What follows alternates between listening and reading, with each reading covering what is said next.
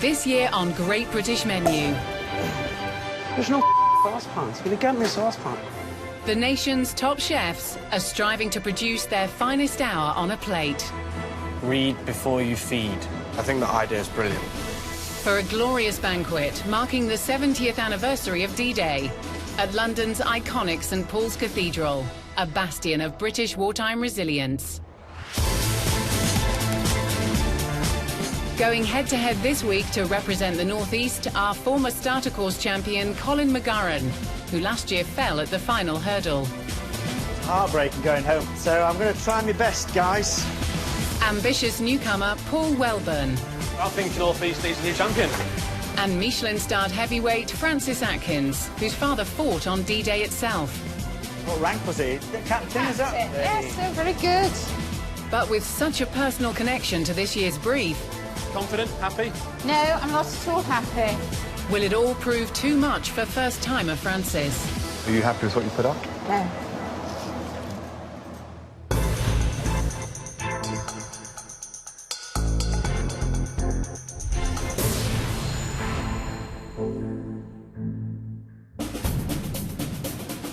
June 2014 marks 70 years since D-Day, the momentous battle on the beaches of Normandy that helped bring an end to World War II. The chefs have been tasked with creating patriotic dishes that evoke the fighting spirit of the 1940s. Big box of goodies. Looks like he's been parachuted in behind enemy lines. They've used personal stories to inspire their menus, both at home and abroad. There was an enormous battle on this beach, and many of the men never got off the boat. It was a terrible, bloody, horrific time.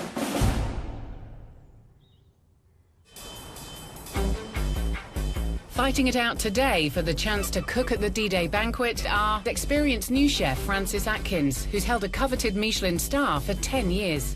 People always underestimate me in the kitchen, but I didn't get a Michelin star for nothing, and I'm ready for action. Ambitious first-timer Paul Wellburn, who trained under top London chef Gary Rhodes. I've been cooking for many years in Michelin-star restaurants. I've got the experience, and now it's my chance in the Great British Menu kitchen. And returning champion Colin McGurran, who's back with a vengeance after his failed attempt last year. This is my third time in the competition. I've got to make sure this year I get back to the banquet. Judging the chefs this week is a giant on the London food scene. Well, Colin, who do you think it's going to be? Well, the judge... Yes. A former champion who cooked alongside Colin at the banquet 2 years ago. Are you nervous? I suppose we'll see. It will be walking through that door in a minute.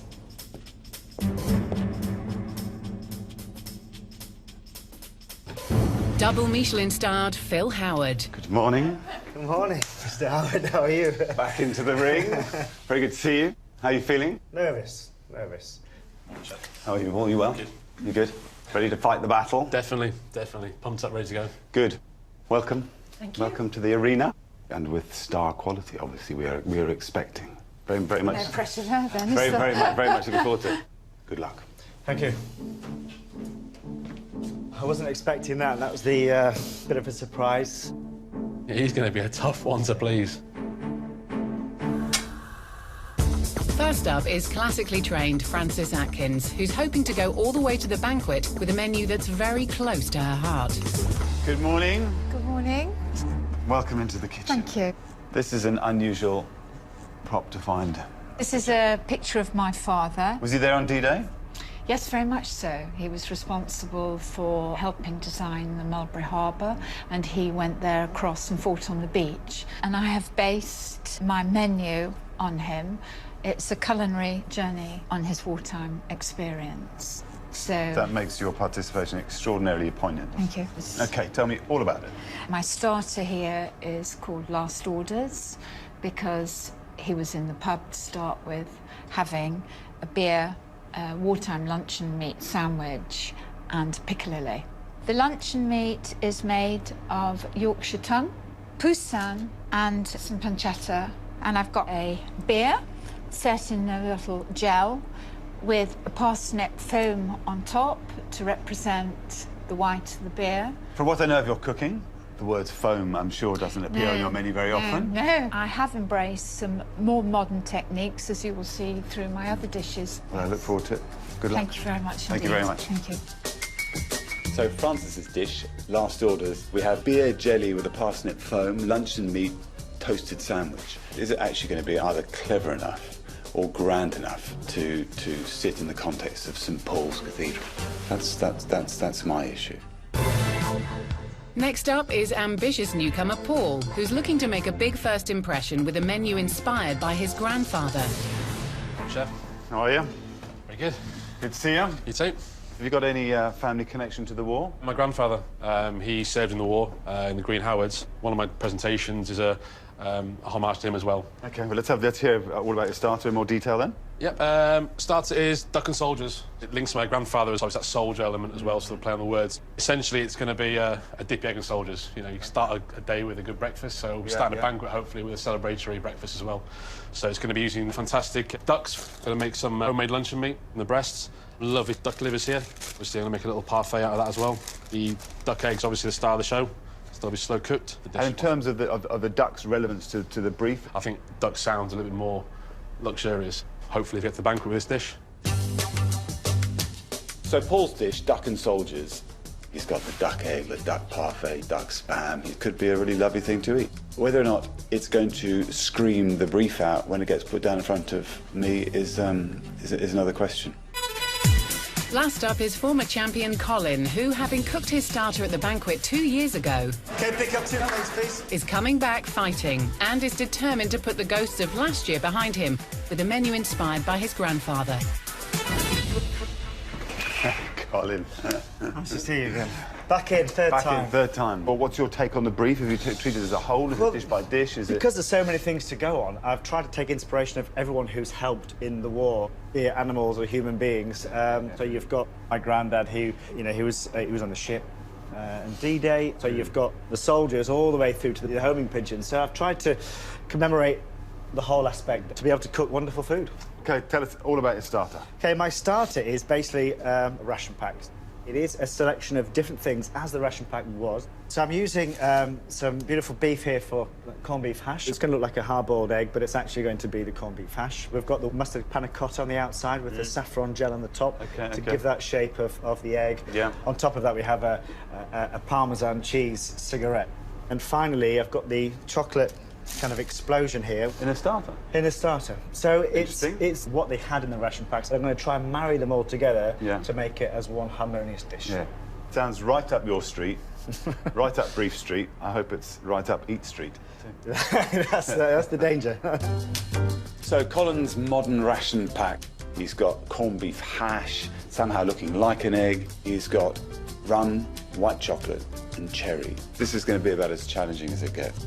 Those ingredients don't really have a place in the starter, but hey, he might pull it off. Former starter course champion Colin has a lot to prove from the off. So obviously, Colin, 2 new people. We're making you raise your game. Yeah, I think I'd be lying if I said no. I don't know about you, Francis, but I think NorthEast needs a new champion. We're hunting for you. It was heartbreaking going home. So I'm going to try my best, guys. But Colin isn't the only chef determined to get to the banquet this year. Michelin-starred Frances is using her late father to inspire her menu, serving an interpretation of what he might have had at his last meal before leaving for D-Day. A luncheon meat sandwich, served with beer jelly and parsnip foam, a technical element that could push her outside of her classical comfort zone. Is that the beer, Francis? It is. Can you smell the aroma?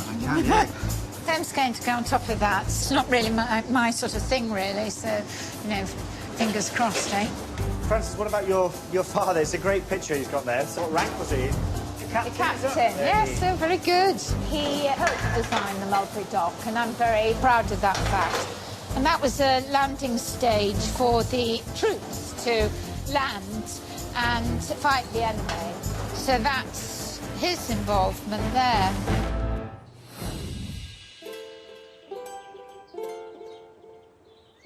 One of the country's top female chefs, Frances Atkins, co-owns the York Arms in North Yorkshire. Just watch out. There's a female about. To get inspiration for her World War II menu, Frances travelled to Arromanches in Normandy, home to the strategic Mulberry Harbour that her father helped create and the beach where he landed 70 years ago. I didn't actually appreciate until I started doing some investigation into it how involved he was in D-Day and what he had done. He always just told us he had an old war injury, and that's all we knew. I'm standing here in front of this Mulberry dock, and I personally feel very, very proud that my father, like thousands of other men, was involved in this. It's incredible, and it's very important that we never ever forget their bravery. Back in Yorkshire, Frances and husband Bill uncovered more memories to inspire her dishes. What I've discovered at home was this little box, and all this stuff fell out. Right, all these letters and things and photographs. Yes, and there's a picture of him, quite good looking. Very handsome young man, wasn't he? Yes. Yeah. A letter of application for him to design a Mulberry Mulberry Dock. Dock. Even some of his old ration tickets. And of course we have his medals here. And the thing that I have used in my story is this lovely little oak leaf. Right. So oak runs throughout all my dishes.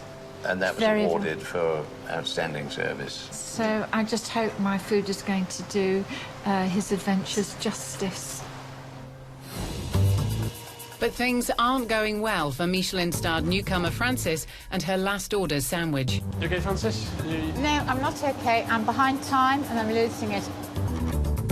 She's first to plate up today, and despite making a simple luncheon meat sandwich with beer jelly, has fallen behind schedule. What have we got? Parsnip puree, unseasoned. This is just going to be the foam. The foam for your beer jelly? Yes, that's right. Are you happy with how everything's going? Yes, except I'm behind time. I sense Frances is being sort of a little bit left behind. She just had a slight air of panic in her eyes, and that she's just not quite on top of it. A bit concerned she's just going to end up struggling to produce the dish on time. Fellow first-timer Paul seems to be taking everything in his stride.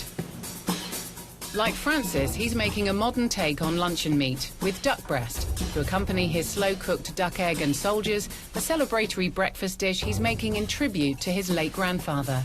My grandfather also served in the war. He was a prisoner of war for 3 years. Oh, what a handsome chap. Look at the hairstyle. He's got the cheeks ready. Yes. See the likeness. That's very precious. Yorkshireman Paul Welburn works for Searcy's in London and was part of the original team to open the restaurant at the Gherkin. It's simplicity, but at the same time, it's got to be exceptional. He's looking to bring a touch of luxury to his D-Day menu, which has been inspired by his grandfather and taste-tested by friends and colleagues. My grandfather, he actually was in the war. I've heard so many stories from my grandmother. So obviously this is him when he was in a prisoner of war camp. He was there for 3 years, you know. That straight away gave me the inspiration. For his starter, Paul wanted to treat the veterans to something his grandfather might have dreamt of while he was a prisoner of war, a British breakfast done his way. It's not just going to be a boiled egg, it's going to be a slow-cooked egg. And I'm trying to link it with duck just for that little extra bit of luxury that I think a banquet needs. I'm excited. It means everything. You know, I want to go into this to win. I don't want to go into be an extra number. I want to go in there and win this competition. Great respect to my grandfather and do him proud, you know. I know he's up there looking down. That luncheon meat is outstanding. Yeah, it is, isn't it? Delicious. The right lines, then. Exceptional. Yeah. It's brilliant. This is my grandfather. Best of luck. Cheers. Paul's moved on to the sourdough soldiers to accompany his luxurious duck dish, and unlike rival Frances, appears to have everything under control. So, Paul, tell me what's going on here. Working the soldiers, or the my version of soldier. This looks like a very thin soldier. It is, it is. So how does the dish get presented? Layered up spam, pickled mushrooms, parfait, the slow-cooked duck egg, and then it'll be completely encased over top of it with the foam. Big hug in a bowl. Looking forward to it. I like a big hug in a bowl. Paul's a confident cook. He knows what he's doing, but I have to say, I think he is basically putting up a bit of a restaurant-y plate of food, and I'm not convinced that it's going to be quite spectacular enough for a banquet with veterans at St. Paul's. We will see. Returning champion Colin knows what it takes to get to the banquet and is hoping his modern ration pack, inspired by his grandfather, with inventive corned beef hash, smoked bacon croquette, parmesan cigarette and chocolate cherry explosion, has the wow factor needed for such a special occasion. So this is going to be the egg yolk. This is my saffron chicken stock kind of yolk, if you like. Set that in some liquid nitrogen. And then my panna cotta is going to go over the top of that, and inside that's going to be my corned beef hash. Technical as ever. If you get all the components at the same time, in my opinion, it's quite impressive, you know? Bring them all together, there could be a massive risk. If one element wrong or doesn't quite complement something else, you know what I mean, it could fall flat on his face. My granddad, he was also in the war. He was a second-class stoker, so he was responsible for fueling the ships of coal. This is actually my granddad, taken, I think, when he was 26 years old. I feel privileged to be able to do this for him. Previous winner Colin McGurran cooks technically accomplished dishes at Winteringham Fields in North Lincolnshire and is back to regain his crown. Okay, it's 2 and 2, 2 appetisers, 2 caviar, please. Being in the competition twice before gives me perhaps a slight advantage, the fact that I know what to expect. I know the things that can go wrong. Even though I've got the experience, it's still nerve-wracking, you know? He's dug deep for this year's competition, determined to reverse his fortune, and with help from his Uncle Frank has uncovered long-lost stories about his grandfather, who, unbeknown to Colin, worked on the ships on D-Day. He was appointed to trawlers, which were basically a fishing trawler with the addition of, say, a 6-pounder gun. Wow. And some depth charges at the back end. In the period of D-Day, he was appointed to a fuel carrier, which of course made this particular trawler a floating bomb. Yeah, exactly. And I don't think Grandad was aware of that fact. He's gone now. I'd like to have just kind of, you know, give him a pat on the back to say, God, I didn't realise that you did this, you know, and I think it's wonderful. I think by having a personal link in your heart, it's going to give you more confidence. I think I'm just going to draw on the experiences and try and use that for my advantage in the competition this year. And this is absolutely fabulous. Grandad would be really proud of this dish. I would certainly give you top marks for it. Colin is tackling the unusual chocolate element of his modern ration pack starter, a chocolate explosion made with frozen spheres of cherry puree and rum dipped in cherry-coloured white chocolate. I thought we were judging starters here. Just adds a nice little sweetness to the dish. It's not meant to be a car crash of flavours. Yeah. You put it in your mouth, it's going to explode, and it's going to cleanse the palate. The cherry component to his dish, I don't quite get. This is a bit in your face for me as a starter component, but that's Colin. You know, Colin's food is pretty, it is clever, it is accurate. You know, is what he decided to cook going to be right for the day? And so that's what we'll have to wait and see. Michelin-starred Frances is first to plate up her last orders starter, a modern interpretation of what her father might have had for his final meal before leaving for D-Day. Clock's ticking. First one on the pass soon. You confident? Happy? No, I'm not at all happy. I've got to put everything together, so I am under quite a lot of pressure at the moment. With no time to waste, Frances slices her luncheon meat and assembles her sandwich with cheese and poussin breast. It's a toasty. No, yeah, but hey, you know. Next, the risky beer element. She siphons parsnip foam onto her unusual beer jelly and finally pots her piccalilli, slices her luncheon meat sandwich and serves on an oak board in homage to her father's medal for bravery, with a fictional letter to tell her father's story on the side. Well done. Open the letter first, please. You're June 1944. It reads, Darling, I think about my last meal prior to the D-Day on British soil, which was in the local pub. Ingredients were scarce and food was simple. There was severe rationing. God be with us all. I love you, Tom. So who, Darling? Darling is my mother. Your mother. And Tom? My father. Is your father. Are you happy with what you put up? No. In terms of execution or conception? Execution. Okay, let's go and try.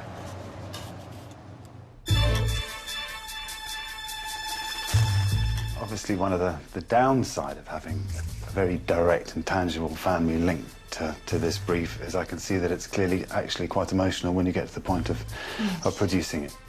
It's a letter from her father. This was what he ate last, and It's a simple way of telling that story. And it touches some heartstrings as well, which is nice. Definitely.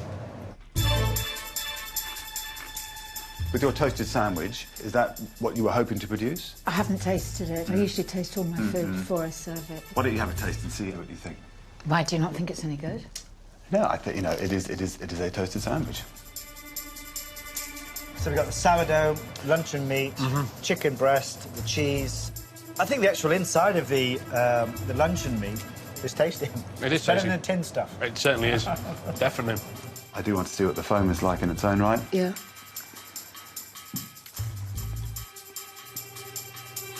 Quite heavy, isn't it? It's quite dense. What do you think the average veteran would think of a beer jelly? Probably just like a pint of beer, not a jelly. What about a score? If you could mark it out of 10, what would you give it? 5.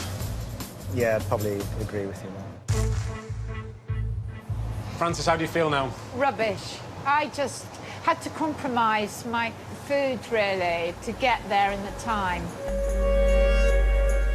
Next to plate up is ambitious newcomer Paul with his Duck and Soldiers celebratory breakfast dish in tribute to his grandfather. He spoons duck parfait into egg-shaped bowls and tops with duck luncheon meat and pickled trompette mushrooms. You're looking really cool and calm and organised, Paul. I'm actually very nervous.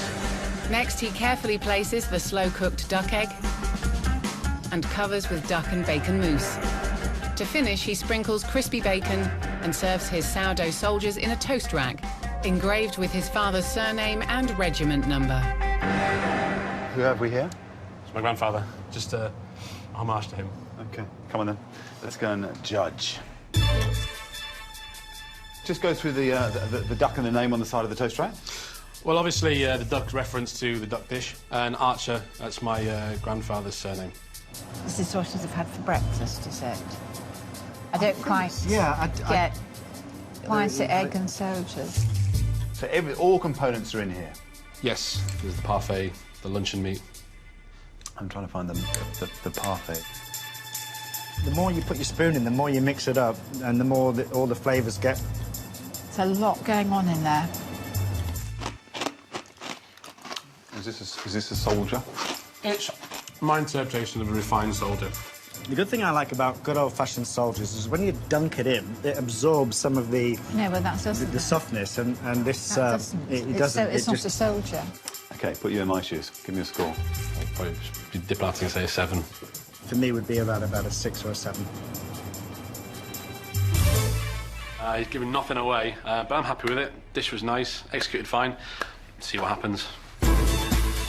After missing out on the banquet last year, returning contender Colin is pulling out all the stops with his modern ration pack starter. He's serving on glass-topped army mess tins, filled with reproduction ration packaging. First on the dish is his creative corned beef egg, covered in mustard panna cotta, saffron gel, caviar and gold leaf. How they go on in the NorthEast, isn't it? A bit of gold dust and... That's how we roll. A tea bag of soup bouillon goes into a cup with hot water on the side. And then a last-minute addition, a parsley and tarragon emulsion. So this is a new element. A new element just added 20 minutes ago, yeah. I think he's maybe seen the competition so far and had to up his game. Next is his smoked bacon croquette and parmesan cigarette, followed by his controversial cherry and chocolate explosion. And he's ready to be judged by his fellow banquet winner. So much, 2 ration packs, please, chef. There we go. And fit to serve to veterans at a banquet? Yeah, I think so, yeah. It's fun, it's tasty, it's interesting. OK, come on.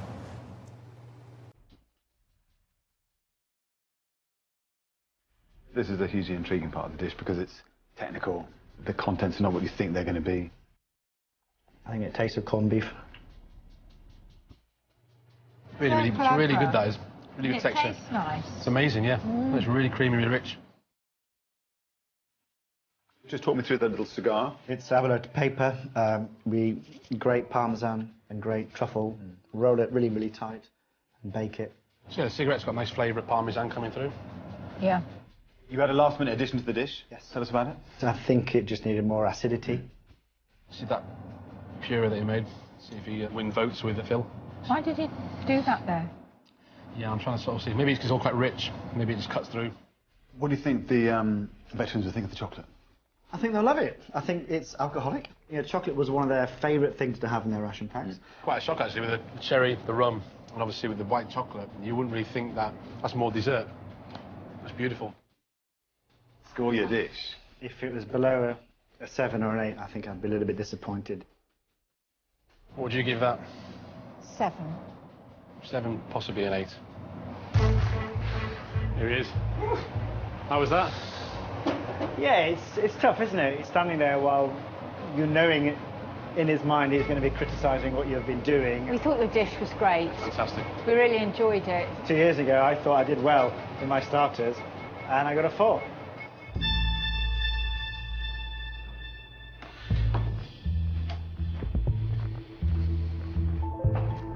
So, chefs, how are we feeling? Anxious. So, Francis, I'll start with your last orders of beer, spam sandwich, and piccalilli. The toasted sandwich was certainly an enjoyable thing to eat. On the negative side, I personally found the beer jelly hard work. The parsnip foam, I think, should have been more of an infusion and cream that is then foamed rather than just a puree. It would have given you a slightly finer product. But ultimately, what we presented on the pass was a fantastic bit of work in terms of adherence to the brief, but actually it was an unrefined plate of food. Paul, for your duck and soldiers with duck liver parfait and duck egg yolk, I thought it was a really accomplished bit of cooking. Lots of delicious things to eat. The problem is, when you serve all the components of a dish like that together, you do end up with it slowly but surely just turning into a gunge. I thought the take on the brief was subtle, and has it got enough theatre, or is it show busy enough to go all the way to the banquet? Colin, for your modern ration pack of bouillon, croquette and chocolate, I thought the panna cotta with the corned beef, about as technical as you're going to get in a competition like this with liquid nitrogen, and it was delicious. I thought the cigarette was tasty, but not quite as crunchy as it could have been. The herb emulsion, the last-minute addition, I think it worked. I was absolutely sure that I was going to dislike the chocolate component, but I like the fact that you were determined to get the chocolate into your ration pack, and I think you did a great job of it. So to the scores. Francis, for your last orders, I'm going to give you 5. Paul, for your duck and soldiers, I'm going to give you 7 points. Colin, for your modern ration pack, I'm going to give you 8 points. I look forward to seeing the fish. Thank you. Thank you.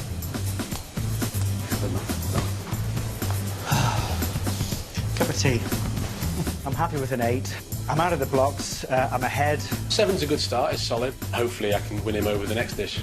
Maybe get a cheeky little 8 or 9. Phil said that he would have liked to have seen more finesse. I just need to get the next course right, and I need to redeem myself.